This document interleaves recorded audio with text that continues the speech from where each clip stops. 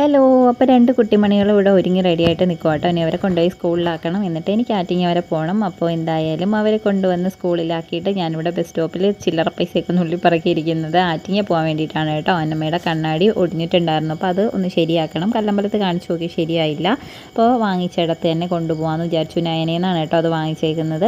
അപ്പോൾ ഇവിടെ കൊണ്ടുവന്ന് കാണിച്ചപ്പോഴും അത് ശരിയാക്കാനായിട്ട് പറ്റത്തില്ല, പുതിയത് വാങ്ങിക്കേണ്ടി വരും. അങ്ങനെ അതിൻ്റെ ഫ്രെയിം ഒടിഞ്ഞു പോയിട്ടുണ്ടായിരുന്നു. ഫ്രെയിമല്ല, കാലൊടിഞ്ഞു പോയിട്ടുണ്ടായിരുന്നു. റൈഹു അറിയാണ്ട് കയറിയിരുന്ന കേട്ടോ ഇതിൽ കട്ടിൽ വെച്ചിരുന്ന സമയത്ത്. അപ്പോൾ അതൊക്കെ ഒന്ന് ശരിയാക്കി വാങ്ങിച്ചു. കുറച്ച് നേരം അവിടെ വെയിറ്റ് ചെയ്യേണ്ടി വന്നു. അടുത്ത പൈസയൊക്കെ എടുത്തിട്ട് ഞാൻ ബസ് കയറാൻ വേണ്ടിയിട്ട് നടന്നുകൊണ്ടിരിക്കുക കേട്ടോ. ഇവിടെ നിന്ന് ഇത്തിരി ഒന്ന് അപ്പുറത്തോട്ട് പോകണം ബസ് കയറാൻ വേണ്ടിയിട്ട്. ആറ്റിങ്ങയാണ് കേട്ടോ. ഇവിടെ നിന്ന് അപ്പുറത്തേക്ക് പോയിട്ട് വേണം ബസ് കയറാൻ. ആറ്റിങ്ങ ബസ് കയറുന്നതിൻ്റെ ഓപ്പോസിറ്റാണ് നമ്മുടെ കല്യാൺ വരുന്നത്.